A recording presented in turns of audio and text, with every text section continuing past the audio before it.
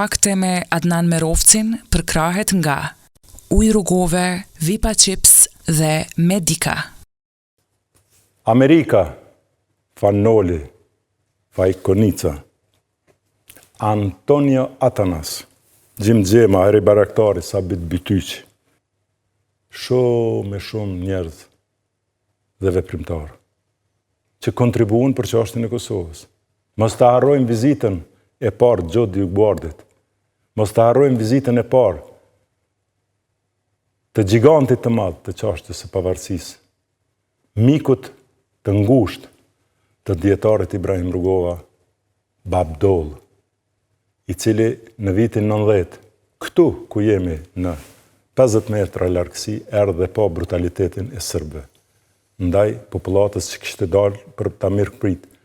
Në atë kohë, autori i emisionit xhiroi çdo detaj dhe çdo fjalim të secilit antar, ku për krah e kisha dietarin Rugova që e shoqërova deri në sallën e takimeve për ta marrë kamerën dhe për t'i regjistruar këto materiale. Sot, në lidhje me këtë, do ta kem një intervistë, ndoshta të parën me një Amerikan në gjuhën angleze, dhe ky është zoti Christopher HYLAND, i cili ka shërbyer si drejtor politik i presidentit Bill Clinton. Ai është fituesi i çmimit Grandit të Paqes, urdhit të Dr. Ibrahim Rugova dhe Republikës së Kosovës dhe kalorësit Skënderbeut nga Republika e Shqipërisë. Ai ishte gjithashtu antar dhe themelues i Komitetit Kombëtar të Financave të presidentit Clinton. Shikues nderuar, ishte kjo pak si hyrje, kurse tani ju dëshiroj mirë se ardhi në këtë emision të radhës Fakte. Zoti Christopher HYLAND ka shërbyer si zëvendës drejtor politik kombëtar në fushatën e parë elektorale të presidentit Amerikan, miku të përjetshëm të vendit ton, Bill Clinton. Zoti Christopher HYLAND ishte i pari që e prezantoi Kosovën te presidenti Clinton. Zoti HYLAND është një avokat i shquar për demokracinë, të drejtat e njerëzit dhe diplomacinë ndërkombëtare. Kontributet e tij të gjëra kanë luajtur një rol kyç në formësimin e angazhimin e Shteteve të Bashkuara të Amerikës me Kosovën, Shqipërinë dhe demokracitë tjera në zhvillim. Ai si fëmijë kishte takuar intelektualin dhe ish-kryeministrin e Shqipërisë, Fan Nolin, me të cilin babai i zotit Christopher HYLAND kishte patur relacione shumë të afërta së bashku me mërgjimtarin dhe bashkohanikun e Fan Nolit, zotin Antonio Atanas. Ai edhe sot është shumë aktiv në lobim për tani forcimin e Kosovës. Përmes Ligës Shqiptar-Amerikane, Federatës Vatra dhe shumë shqiptar-amerikanëve me të cilët ai mban relata dhe kontakte shumë të mira. Zoti Christopher HYLAND ka vizituar disa herë Kosovën dhe këto ditë e takuam dhe zhvilluam një bashkëbisedim shumë të veçantë ku folëm për historinë e marrëdhënieve shqiptar-amerikane, si dhe shumë tema të tjera. Para se t'ju ftoj ta ndjekim emisionin, një falënderim për veprimtarin e madh Naim Dedusha, i cili ndërmjetësoi dhe bëri që ky bashkëbisedim të realizohet. Le ta ndjekim në vazhdim. Mr. Christopher HYLAND, welcome to the Facts with Adnan Merovcin. Very thank you for coming. I'm very happy to be here. It's a very usual question. What is the purpose of your visit this time in Kosovo? Well, the purpose for my visit in Kosovo this time is to defend the Kosovo Constitution. Which means? Which means I fear that by insisting that ASEM, the Association of Serb Municipalities, being created, it would undermine the validity of the Kosovo Constitution. The Constitution protects all people, no matter religion, race, background. They're all protected. There need not be geographical separation of one ethnic religious group in particular municipalities associated especially with a foreign political entity other than Kosovo. Should we be concerned that our constitution is in danger? We should be, in Kosovo, frightened and concerned that the constitution is in danger because ASEM would destabilize the country and the functionality of the country, and thereby destabilize the strength of the constitutional government that rules and runs Kosovo. By whom we have, let's say, defend this constitution? Well, the EU, the United States of America, advocate very strongly ASEM. And they are, in my opinion, the force that could undermine the stability of Kosovo if indeed ASEM is created. There's a connection between the two. Look, you could not have a group of Norwegian Lutheran towns around New York City or Washington, D.C., run by the Kingdom of Norway, or Indian or Moroccan. It's unacceptable. This notion is unacceptable in modern 21st century democracy, period. Having in mind your CV and your biography and your relations being very close aid to the President Clinton, do we have America today?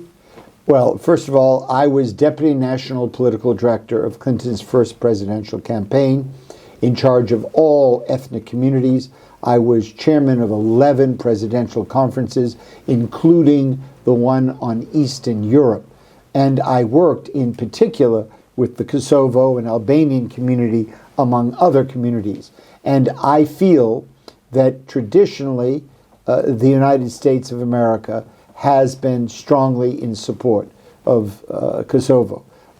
President Bush #1 in Albania in the 34 years ago strongly came out and said, enough already, we must take care of Kosovo. This continued with President Clinton, this continued with Bush #2, who recognized Kosovo.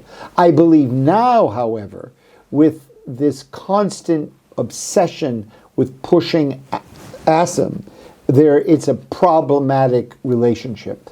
But I believe that, and I very much hope, that no matter the airwaves, no matter what the airwaves are saying, no matter, although it might seem or appear contrary, I believe finally in the end, in the fullness of time, President Trump will rise to the occasion and realize that all the lithium mines in the world in Serbia do not necessarily mean that you have to destroy a constitution.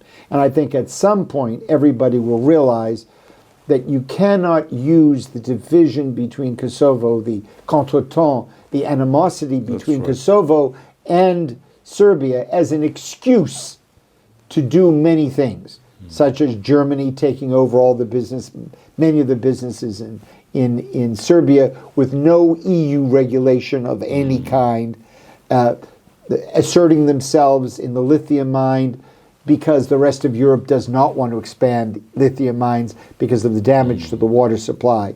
There'll be a point at which someone as pragmatic as President Trump is going to say, look here, this is nonsense. If the Serbs want the lithium mine, they can have it, but that doesn't mean we have to persecute Kosovo. Mr. Hyland, having in mind that you are very close to the knowledge of the relations between, let's say, Albanians and U.S. government and policy, could you describe a bit the history of these relations? Well, I think there were relations with America. I should just say that I was very blessed and very fortunate to know Fanoli, for instance. Yeah, of course, you had and Anthony Athenas. Yeah. So I should explain to the viewers that I knew Fanoli because Anthony Athenas' restaurant was a mile and a half from my parents' house, and my father and mother traveled with Anthony Athenas to Europe to promote business for New England. And my father helped an archbishop by the name of Fanoli, and the archbishop, former prime minister of Albania, he would be at the restaurant. And he sat not at the window, he sat sort of in the center, more away from the window and in the center of the restaurant. So because of Anthony Athenas, Fanoli, my father doing some work for the cathedral in South Boston, I was aware of Albania. I also, when I graduated from boarding school in Switzerland, I traveled for a week or so through the Eastern Balkans in 1966, and at university, I studied Balkan geography at the School of Foreign Service at Georgetown. And so I'm substantially aware of the degree that Fan Noli, because of his Harvard connections, because of his deep faith, because of his commitment to liberalism, and because of all the experiences he had both in Albania and other places where he lived, as well as his experiences at Harvard, I understood the dynamic of somewhat of how he was able to animate the Wilson circle to recognize Albania. Of course, they had declared independence some years before, but the American recognition of Albania was a very key thing, and Fan Noli was part of that entire experience. I might also add that during this entire period in the 1980s, much years later, I actually asked the captain of a sailboat to cruise as close to the Albanian coast as they could. Right. And then at another time, my sister-in-law's mother arranged for me to visit Nicholas Biddle, and Nicholas Biddle's great-great-grandfather was the first American to write about Albania. He was the private secretary to the second President Adams, and he was private secretary when Adams, I think, was ambassador to France, and he writes of his visit to Greece, and he says, there are Albanian villages throughout the area. They are like the Native Americans. Actually, that's a wonderful explanation because it implies that they were there before everybody else was there. So by the time Clinton asked me to be his deputy director, I had already, in fact, known about the Albanian community, but I had already been working for a year and a half with no title, and Bill Clinton gave me this title, and I really launched myself into it. Mr. Hyland, could you just go back to the history and describe a bit the atmosphere of relations during the 1990? My active participation in leadership political efforts for Clinton began actually around 1990 when I buy a group of ethnic newspapers, one of them Illyria, the Illyria newspaper, or so, roughly Harry Bakhtiari's newspaper. And but when I started reaching out to everybody, I began reaching out to the leaders that I read about in the newspapers. I quickly met Jim Gemma, and I quickly very much became aware of Congressman Lantos and all of his activities. And in my opinion, that is late 1980s. It's in the late 1980s. And DeGuardia, and then Senator Dole, who was really brought into the entire Albanian narrative, Kosovo narrative, by Jim Gemma. That's right. That's my memory of the whole situation. And when I became deputy political director for Clinton, Jim Gemma reminds me, very graciously, Senator Dole gave him advice. And he said, Jim, work with Christopher and work with Bill Clinton, because you need to... Even with Democrats. Yes, you need to watch and be very careful that you are able to navigate a political field. That's right. In both Democrat and Republican parties. And so Jim and I, in the early 90s, during the campaign, really began working together very closely. And I could best describe my memories of that period in two ways. The sheer nobility and strength of character that the very small Albanian Kosovo community had in America was extraordinary. How they rose to the occasion to make their voices heard. Extremely noble on the highest level. And at the same time, on a practical level, it was amazing to see the degree to which this power, this verve, this desire to get their voices, to have their voices heard, was driven from dozens of restaurants around the country. So the Baktishi brothers, for instance, had restaurants. Gino on 58th Street had a restaurant. Those are Bruno's restaurant, Bitici. Them and other people, they formed around the country, around the Northeast, Detroit, just beginning a little bit in Texas. They formed this strong body of individuals who made their restaurants available for events that they never charged for. They never received a single penny. I can remember sitting at Bruno's restaurant with senators and congress people, and oftentimes I would be seated next to those individuals so that I could best advocate for the Albanian situation. And then, of course, Jim Gemma introduced me to Dr. Rugova. Tell me when you met him the first, and how you can describe from this distance President Rugova. Well, interestingly enough, just early today, I saw Avni, Ambassador Avni. And Avni was there, I think it was the first time, but sometimes memory can be fake. Avni actually opened the door to Dr. Rugova's suite at the Hilton Hotel on 6th Avenue. And Jim had arranged for me to meet him there. And Dr. Rugova and I sat there in between cigarette smokes, which was for me, and it was anathema. I don't smoke. And of course he had a scarf wrapped around his neck. But the interesting thing is he spoke almost no English. But that's right, in the beginning, but he spoke almost no English. He almost understood nothing I said in English, but we spoke in French. Oh, really? J'ai parlé tout à fait avec lui, simplement, rapidement, clairement, en français.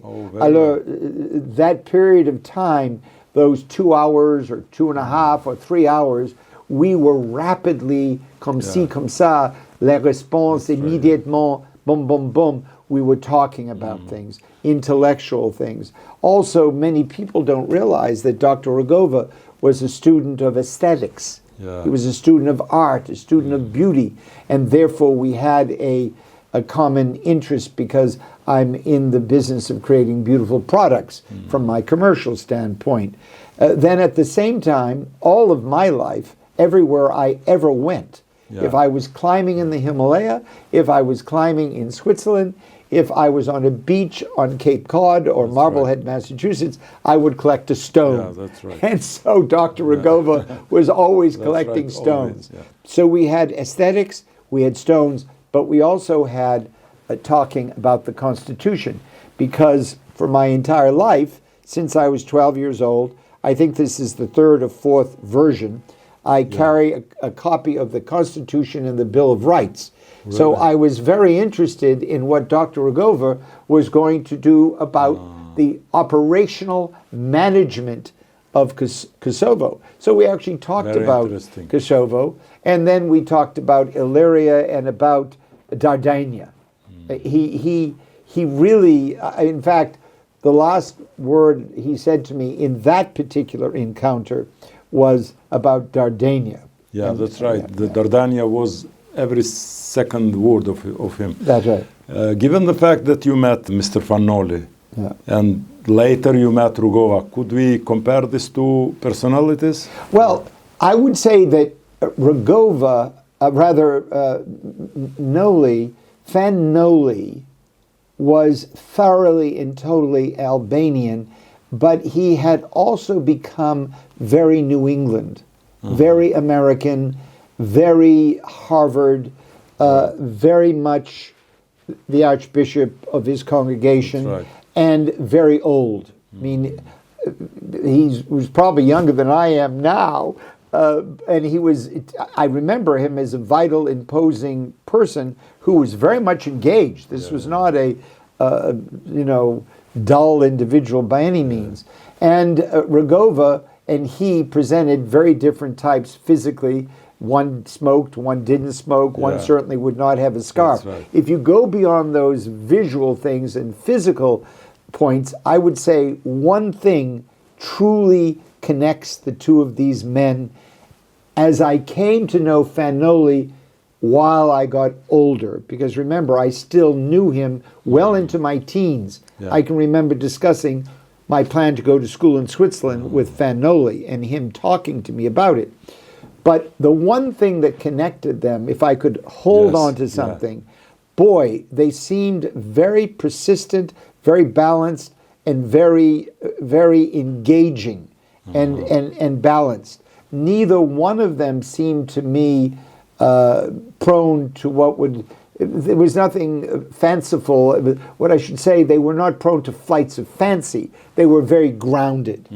They were very grounded personalities. They were clearly leaders. There was no question about it. Yeah, and Fanoli had communication with President Wilson, and who was very engaged with the rights of small nations during that time, and the request of Fanoli.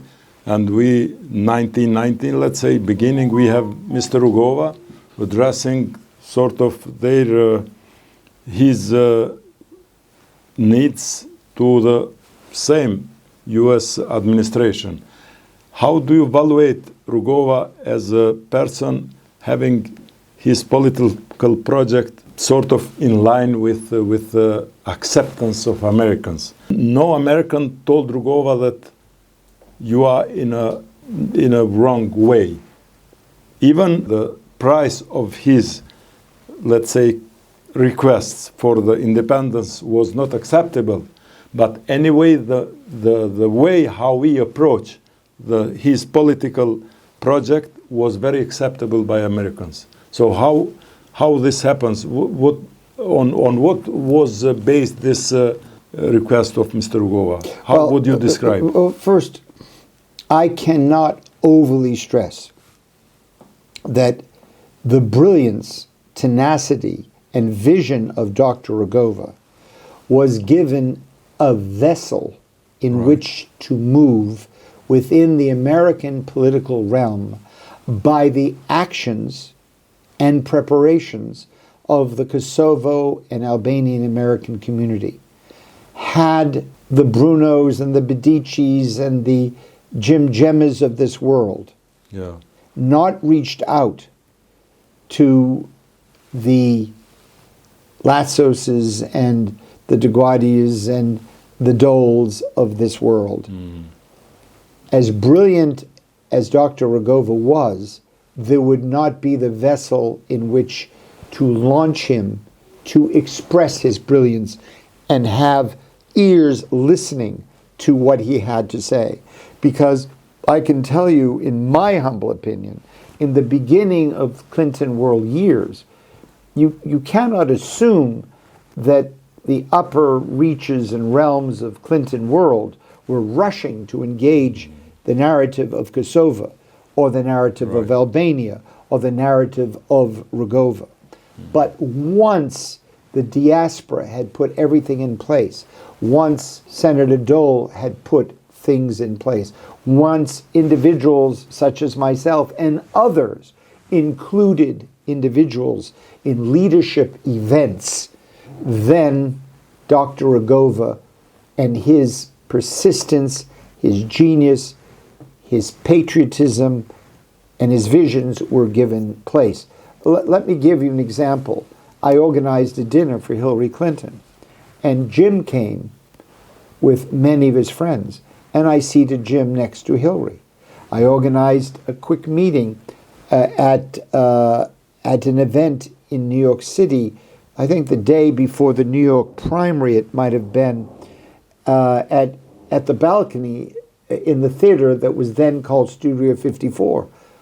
And my memory is that I organized for President Clinton to meet every single person at that moment. Then I organized a dinner for 915 people at the Sheraton Hotel.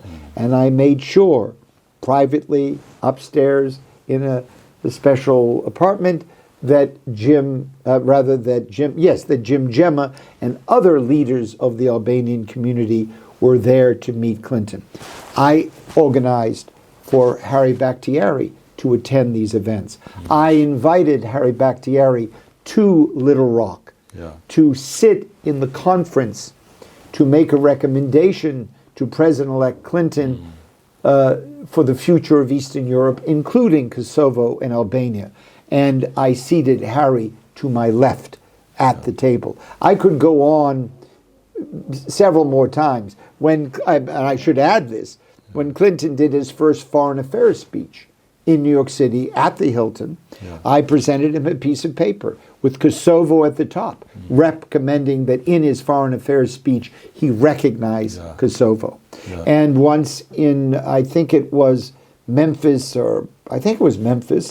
when I, during the campaign, had dinner with President Clinton, sitting right across from each other, I brought up the issue of Kosovo, the issue of Ireland, the issue of India, and a couple of other things. And on a regular basis, I sent papers to all the senior members of the campaign, and also would visit with Nancy Soderberg to write what are the earliest papers connected to the Kosovo community came from me. How you do evaluate the role of Albanian lobby there, and could you mention a bit the protagonist? Who was the personalities being very active in an Albanian lobby? In those days, around 1990. That's right. Yeah. Look, I cannot tell you more the role that Jim Gemma played. In my personal opinion, over those years... Jim Gemma the first one? Jim Gemma is the first one. By the way, that doesn't mean there aren't other people. That's right, we have to say that. That doesn't mean... No great event is made by one person. That's right, absolutely. And neither myself nor Jim, we didn't do anything alone. But there are leaders that animate many other people to act. And there were many people involved. But Jim Gemma was the one who animated most of the overwhelming activity in terms of a very vibrant lobby. Sadly, and I don't understand this, I don't understand why there is not a Kosovo caucus in Congress, especially given events that are happening in the contemporary time we're in right now, and certain movements against Kosovo. Therefore, there is absolutely no one to speak in favor or to balance that whatsoever. So the robust lobby that Jim Gemma represented is just not there in the same way as far as I can see now. But back in those days, the overwhelming animating force was Jim Gemma. Give me some other names. Well, let me say that I am at a loss to give other names that were decisive. There were many individuals who assisted in carrying messages, who assisted in doing things. Some of them were exceedingly young men who were part of this narrative, and some of them come later on in the 90s, but there are people like Naham Detuche who was there actively involved. There are individuals such as Almi Berisha who were there working, assisting Jim Gemma by carrying messages back and forth. There was a young man by the name of V.B. Barami who was very young, working for Ilaria newspaper at the time. These are just some. Harry Bakhtiari had the newspaper, and many of these individuals contributed. Many of these individuals contributed, and many of them, at first, when I first met or spoke with them, they were not necessarily Clinton supporters. I drew them into the Clinton. The Clinton narrative, but at the same time, during that period of time, it was my job to move information from these communities to the center of the campaign, to the candidate, and remember that at this time, all of Eastern Europe, communism, this odious apparatus of communism was failing. So what I had in front of me were hundreds of community leaders who were like de facto governments in exile. And so therefore I was taking information directly from some of those leaders who were in America, and some of the leaders like Berkoshki, who was at the time shadow prime minister, and Dr. Rogova. And therefore I myself was not charged to be a lobby or a spokesman, but as a conduit, so that my candidate and his team best understood the aspirations of different communities. I, for instance, encouraged Dr. Rogova and Berkoshki to write a paper, a Kosovo position paper, a copy of which I still have, by the way. And they wrote this paper, and I brought the paper directly to the candidate's office, to Nancy Soderberg, who was the person, one of the two people with Sandy Lake in charge of national security, and George Stephanopoulos and David Wilhelm, and you name it. Especially during the period of time that I was in Little Rock, I would go to each person's desk and drop the paper off. Could we say that the impact on the decision of President Bush giving strong warnings during the Christmas, which are very known, is the result of this all contribution of the people, including yourself? You're talking Bush number one? Bush number, yeah. Look, Bush number one's action was definitely predicated upon this force, this community complex, total picture of individuals moving. At the same time, Bush was very much a classic American leader, American leader who saw America's mission in the world is very special. He had been an ambassador to China. If I'm not mistaken, I think head of the CIA as well. I think Bush was. He had a view, and he felt that the cause of Kosovo was just. You know, I could say that Bush and I probably had the same idea on these issues. My hometown, Marblehead in Salem, we fought the British before Lexington and Concord.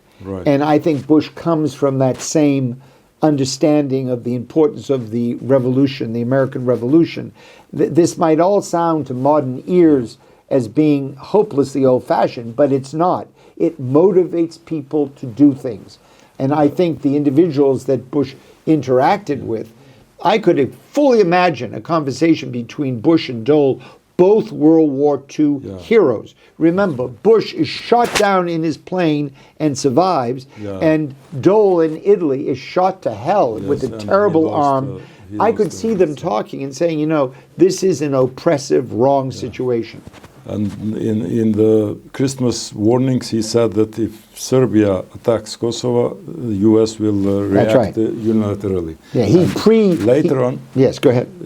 Years later, his son said in Tirana, "What's enough is enough. Kosovo will be independent." That is correct. Years later, he's the one who recognizes Kosovo independence. And quite frankly, Bush number two, I don't think gets the credit that he deserves in Kosovo. I mean, he's given credit, but ultimately the president who gives the independence to Kosovo is Bush too.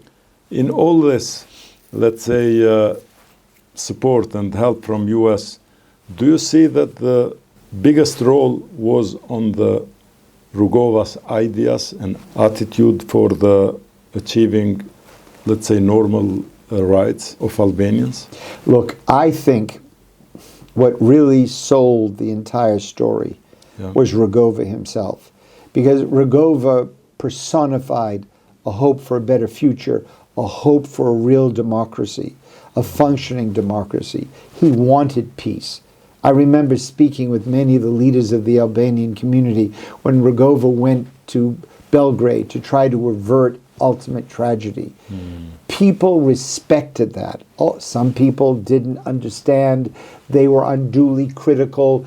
You know, it's always better to give peace a chance. And I believe the history of Rugova resonated with one American leader after another. Rugova was a pragmatic Western person who loved his people, represented a commonality. He was not standing there espousing one religion or one ideological extremism of any kind. He was pragmatic, he was thoughtful, he was engaging, and that ultimately won them over. I remember during the transition, he was trying to visit Washington. I was doing everything humanly possible to help him get meetings, and there were things that happened to Rugova that behind the scenes I was animating. And I can recall speaking to someone that was forming the new government for Clinton. Who is this? What the hell? Why should we? And I simply lowered my voice and I said, you're speaking with a real leader here. This is not a campaign, whatever. This is not boastful. This is a nation that will be born with people who are being persecuted, denied education, denied their jobs, denied medical care. This had been going on, as you recall, for the longest while. They were virtually a republic, but virtually, except for in name, a republic, which they were also denied republic within Yugoslavia. And once I set that missile of information across the telephone, all of a sudden the tonality of the person at the other end changed. And I think he said something like, "Oh, so he's really important?" Yes. This is a man who changes history. This is not just a lot of nonsense. And that's what Rugova was to me. Actually, the Rugova path was peace and sensibility and the non-violent ideology. Anyway, Kosova faced, if Rugova was the right person in right place in right time, young generations, especially after the Dayton Conference, they became sort of more radical. Yes. And they has been organized in guerrilla, and we had the open war with Serbia. How you do see was let's say, as the idea, so as the path visible, these two ways to achieve our rights, which was political independence of Kosovo? I was exceedingly disappointed in the Dayton Accords for many reasons. I could talk about Bosnia and Herzegovina. That's another story. And by the way, I'm defending the Kosovo Constitution, partly because we do not want a Bosnia and Herzegovina, which is non-functioning. I was extremely disappointed in the Dayton Accords. One of the reasons was because Kosovo was not included in those accords. But maybe Kosovo will be treated as a second-hand subject or third-hand subject. Maybe at the time. Yeah, maybe it is good that Kosovo was not present as a subject over there, because we had the special international conference in Rambouillet. Well, that all could very well be true.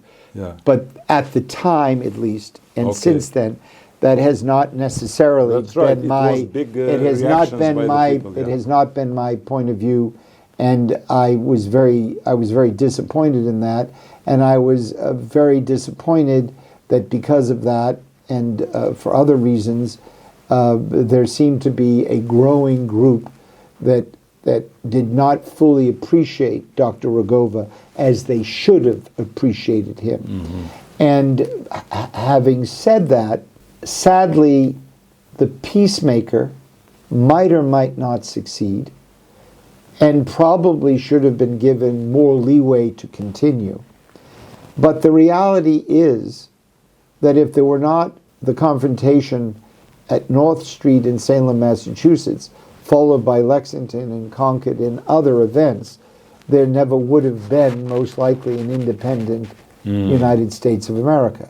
And sadly, as history tells us, Kosovo and the Kosovo people had to sadly go through the arms period of independence. And it is history that must more fully judge the balance of all of that as we go into the future. But the bottom line is that we must be thankful to those who thought and acted to form the future story, and we must be thankful to those who risked their lives and put their lives out into the field to achieve that, even with arms. Yeah, but the justification of the U.S. government was, and Under Secretary Stroop Talbot told to Rugova that we will hold the specific conference on Kosovo, which was the fact after the Rechak massacre, Right. contact group meeting, and then the Rambouillet agreement. How do you see from this distance the behavior of Albanian delegation in Rambouillet? Well, I think that by all accounts, you are the ultimate expert on the Rambouillet. I wrote a book. You wrote a very important book. Thank you. And you are an outstanding history on all of what we're discussing today. Thank you. I was not at that conference, but from afar, I have to appreciate that all of a sudden, a small geographical area with, in some ways, untested leaders on an international stage. That's right. Are sitting there in a fancy chateau outside of Paris, and they are being put upon by enormous pressure from the world's greatest powers.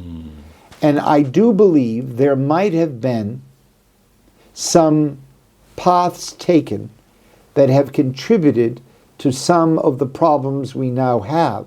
But in their defense, it's easy to say that when you were not there and you were faced with overwhelming force to try to settle a situation. One thing in all the discussions I've had, and you might or might not agree with me, but one thing I've come to learn from some people I've spoken to who were either one or two of them maybe there or knew about it or whatever, I believe that Assam was perceived as, by certain Americans anyway, as something akin to a national association and not necessarily per se 10 geographical territories with separate governance and connecting their postal systems and health systems and insurance and banking to Serbia. That is not what anybody was thinking of at the time in that context. But subsequent to that, demand after demand and acrimony after acrimony, Serb desires and requests became stronger and stronger, and it kind of evolved into this more complicated situation, which everybody jumps on because the Germans are very happy to have this problem because they can do all that they want to do as long as they don't have to have 2, 3, or 4 Albanian votes in the European Union. Yeah, that's right. Because France and Germany failed to have an inner and outer tier of countries. And imagine if France has 1 vote, Germany 1 vote, but Albania has a vote, Kosovo has a vote, who knows, North Macedonia, who knows. You could have 3 or 4 that have ethnic Albanian votes. Right. By the way, in my personal opinion, Fanoli would be over the moon. Oh, yeah. Which is why this ill-advised pan-Albanian nationalism that advocates fighting for the next 300 years is a waste of time. It is used by all the powers to speak against the Albanian community. It's an unfortunate reality, but Fanoli would say, hey guys, let loose of this, leave it alone, let's rock and roll, and let's move forward. I want a couple of words for the UCK, for the fighters. How would you describe the phenomenon of the war after the peaceful policy of President Rugova. How do you see, what is your optic of description of all entire war and coming after the, let's say, Dayton Conference and so on? Well, my view of the war is that I often went to Bruno's restaurant, Right. where half the restaurant was devoted to war relief supplies, Right. medical supplies, clothing, you name it. Half the restaurant. Yeah. So regular clients were going in and having lunch or dinner, and the other half was war supplies, boxes up to the ceiling. Oh my God. So it was, for me, a real event going on. And then when I heard about the Bedici brothers, Yes. these four Unfortunately. American boys Yes. who are murdered, it doesn't seem that they were killed in action. They were captured and murdered. Right. This really hit me. You know, they could be the kids that were waiting in the restaurant, or that were working as doormen or janitors, or studying medicine, or going to business school at NYU. So from a very personal level, it affected me. But I also was very much aware the degree to which the population of Kosovo was forced into the street, into the byways, into the mountains, into the hills. Right. I understood they crossed narrow, difficult roads near the Rugova Mountains to go from Kosovo into northern Albania to try to flee being shot at or destroyed or abused. So for me, I must say that the individuals who came to the defense of this were heroes. But that does not mean that on the Serb side, on the Kosovo side, that doesn't mean there weren't atrocities. That doesn't mean there weren't mistakes. Unfortunately, and I've never been to war, but I have been in basic training and advanced training. I have crawled under, a barbed wire experience. I've had the training of a warrior to some extent to get a vague idea of what this might have been. And in the course of war, things happen that would not happen normally. Can we say that the war or the fight of Albanian fighters accelerated a bit the process itself? Oh, I think that the call to arms, the Kosovo call to arms, accelerated the process towards independence and towards resolving the situation. I think it's unfair to uniquely settle on Kosovo warriors and soldiers, right, who were very irregular. We're not even thinking. You can't think of this as a normal company of the National Guard of the U.S. Army. These were individuals who had no uniforms. They would walk hours to even find a rifle to defend themselves. These were remarkable, mostly young men who went out there in the cold without proper. There was no communication between different groups. The command system was catch as catch can. I know this at the time because I remember speaking to someone who'd come from Kosovo, during the war, and I said, how are they managing to even organize a field army? How are they doing it? And he said to me, Christopher, it's a wing and a prayer. I mean, if they get an order from this position to that position, they're lucky. This somewhat, you can draw a parallel to the U.S. Army, which was probably a little bit better. U.S. Army in the Revolution I'm talking about. The original Revolutionary Army had some of the aspects of what I'm talking about. What would you say about the Adem Yashari, the hero from Prekaz? Well, let me say this much, that there are, we should celebrate in general all individuals. And I'm not citing any one individual. I'm not citing the individual you're talking about. I'm not citing any individual. But I can't. Yashari was very, very, very specific. Yes, anyway. you are. Yes, and to be honest with you, although I would want to be able to to say that I know all the details of his particular narrative, but I'm aware of him and I'm aware of a narrative, but I am not the best one to speak about him in particular. I can speak about the Medici brothers, which I know a lot about. I know the remaining brother who I met. I've shared a table of dinner. I can speak about that story and I can attest to what I know. But there are heroes, there are other heroes that I cannot speak about. This was the, let's say, fight in a same house. Where all the family was killed. 59 numbers. I'm children and women yes. Himself, and no bullet has been pushed, let's say, 20 meters out of out of that it contained. No, house. I'm very aware, and there's a memorial. There's a wonderful memorial to them. The entire family. And it was fight, not only sort of massacre. You know, it was fight in between. Yeah, they didn't want to give up. And they fought back. That's right. They fought back. But what led to that?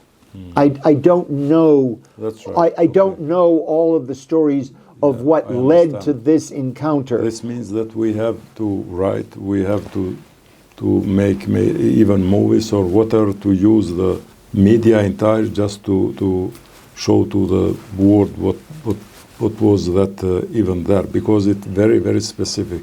Yes, by the way, if I may just add on the subject of that family, it is a horrible thing that family was assassinated in this fight, as it were, with overwhelming force against them.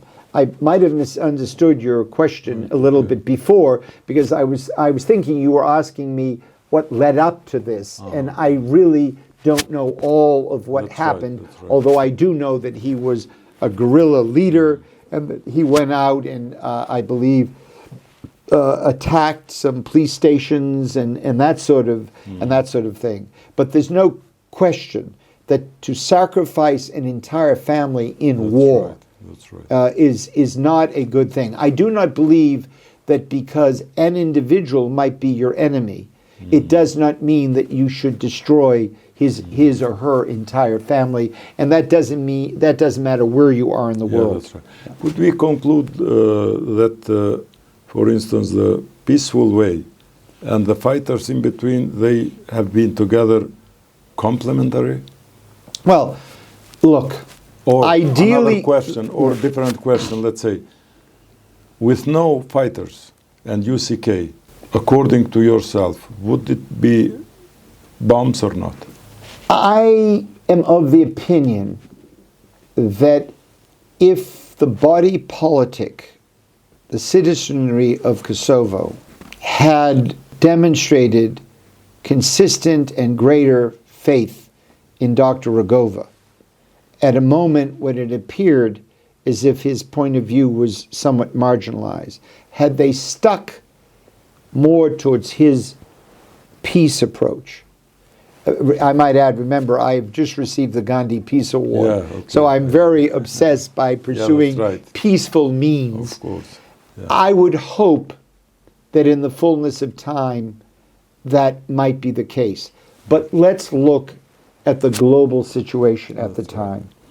Rwanda in Africa had just had massive slaughter, and President Clinton had not acted.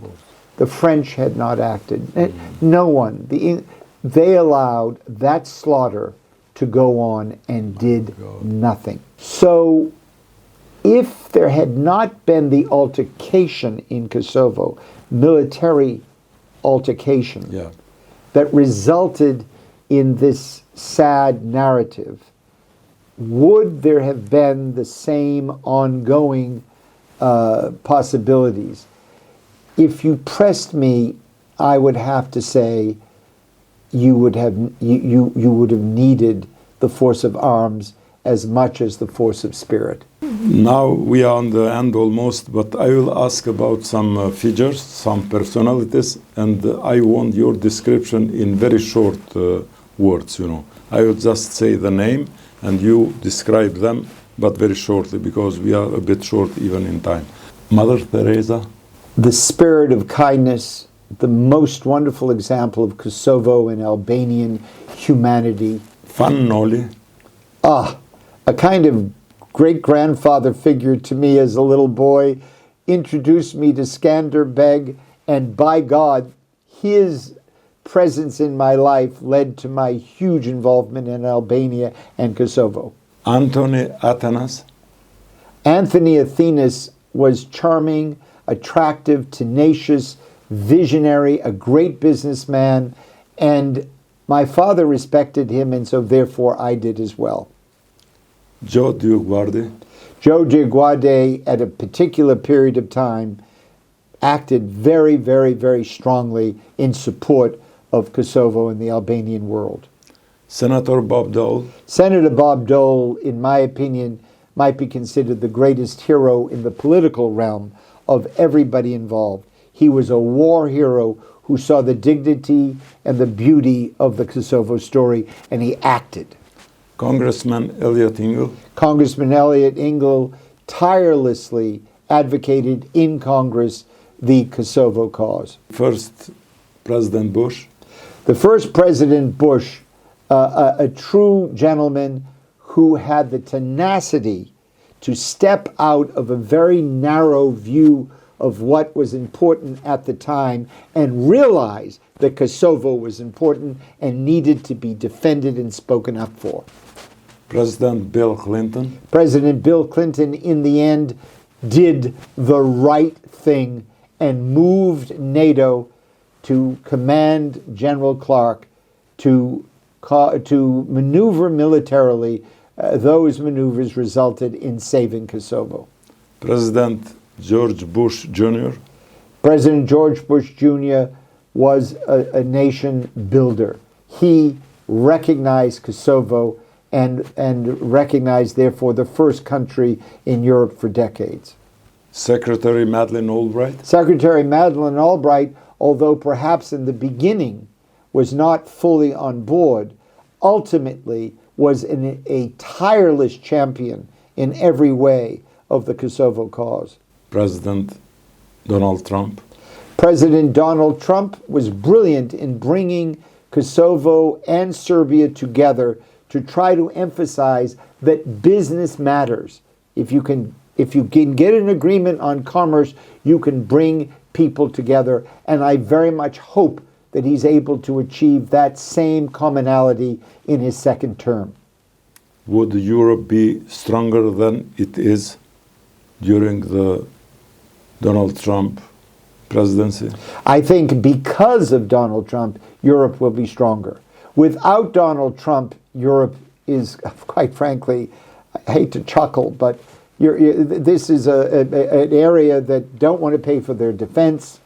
They don't have the courage to integrate the Baltic Six.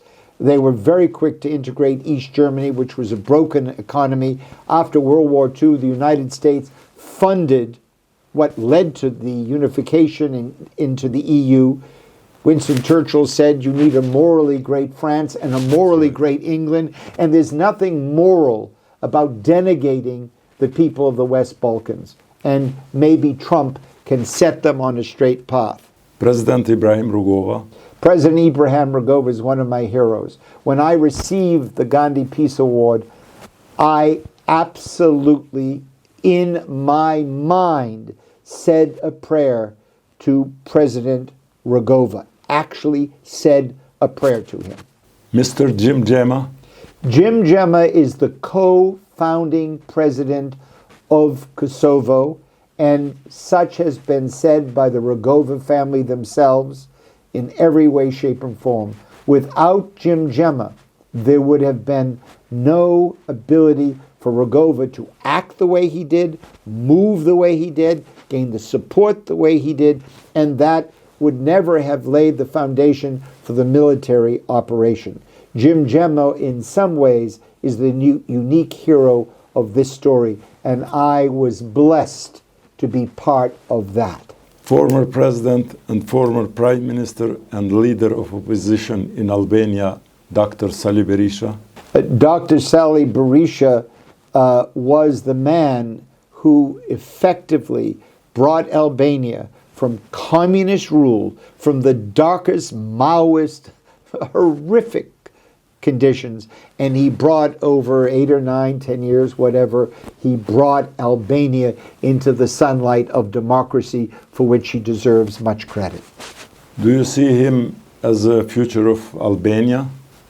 I believe that that will be up to the people of Albania to determine in May of this year when there are elections. On a personal level, I have enjoyed my long conversation I had with the former Prime Minister, and it certainly is a very robust election that is going on. And he's a person of great personal charm, but most of all, as I said, the important historical role he played was to usher Albania from the darkness of communism to the light of democratic, capitalistic society. Being very familiar with Albanians, with Kosova and Albania, you would have some words for the last my person, and he is current Prime Minister Albin Kurti. Albin Kurti is decisive, he is strong, he is tenacious. Without Albin Kurti, the Constitution of Kosovo would be null, kaput, and as General Clark personally explained to me, there would be 10 Serb frontline military posts right in the middle of Kosovo, not outside. And it's because of Kurti that is not happening. But in your opinion, there is impression that the relations with U.S. and him are a bit touched, let's say, or they are not in the position that we would like? I do not understand why that has happened. I don't understand. I admire Ambassador Grinnell. I admire President Trump, who has spoken in front of people very favorably of me. I do not understand why this contretemps, why this unhappy relationship exists. But I know one thing. Ambassador Grinnell, President Trump, and Prime Minister Albin Kurti would all agree on one thing. There would be no ethnic, religious, designated cities surrounding any city, any state in America. And therefore, ironically, they're all cut from the same attitude when it comes to democracy and governance.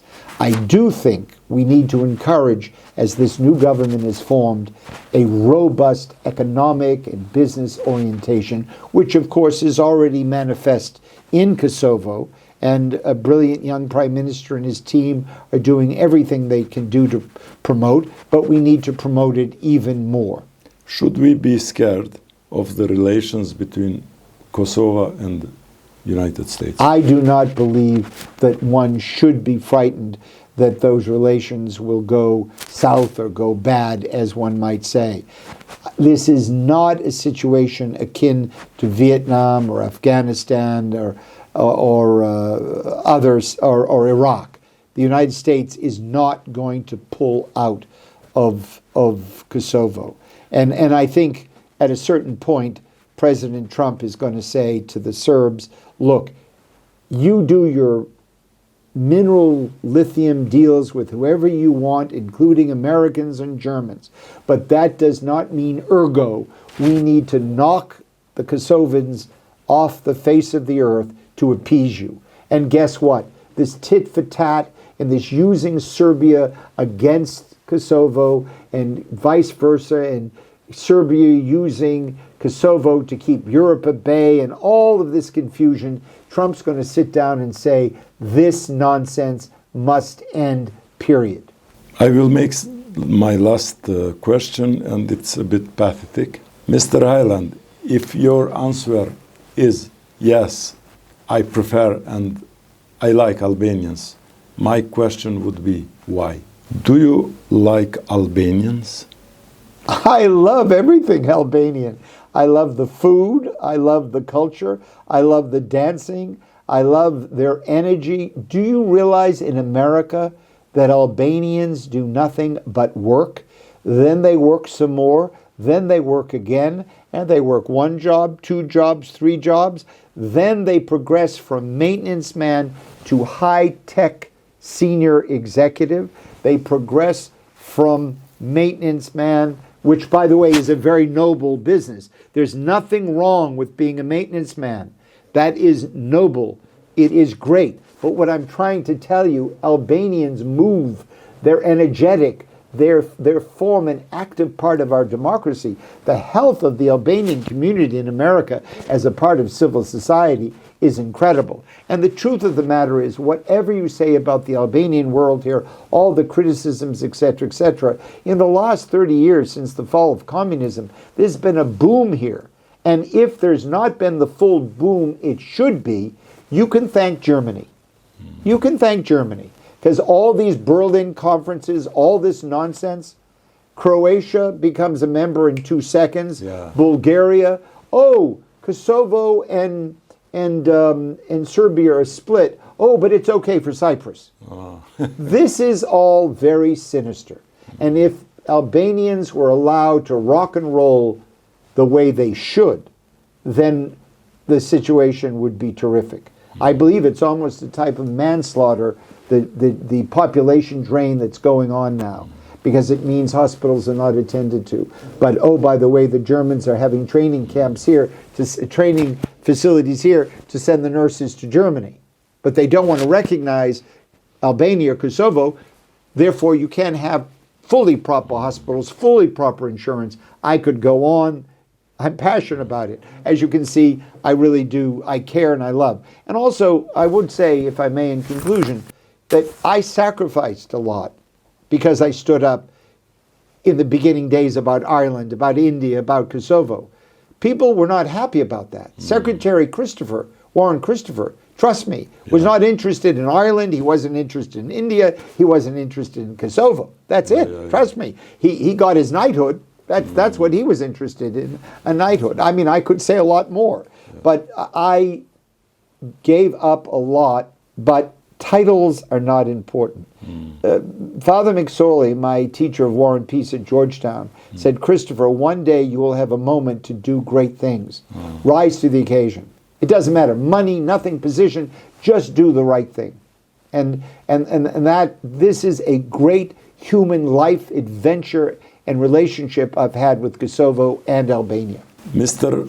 Christopher HYLAND, very thank you for this interview and for all your effort for entire Albanians in the Balkans. Very, very thank you. Thank you very much. It's an honor to be interviewed by you, thank you. Especially. Thank you. God bless you. Thank you very much.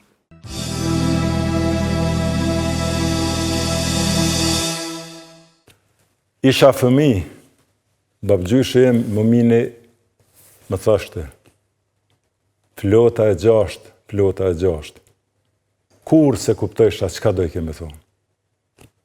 Perëndimi, Amerika, NATO-ja, euroatlantizmi. Dhe doli pastaj një dietar me moton mitësi e përhershme me Shtetet e Bashkuara të Amerikës, sepse thonte në qiell e kemi Zotin, në tokë Amerikën. Jemi produkti Amerikës, prej Wilsonit e deri më sot. Këto e dëshmoj edhe ky bashkëbisedim me një Amerikan i cili edhe sot kontribon për Kosovën. Faleminderit Christopher HYLAND për krejt çka ke bërë për Kosovën dhe çka je ty bojante së bashku me bashkëpunëtorët tu, me shqiptarët amerikanët që asnjëherë Kosovën nuk e lanë anash.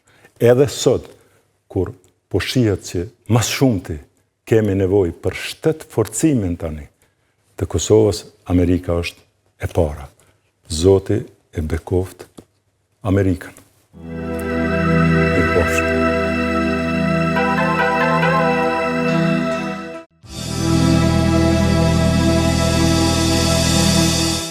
Fakte me Adnan Merovcin përkrahet nga ujë rrugove, vipa chips dhe Medika.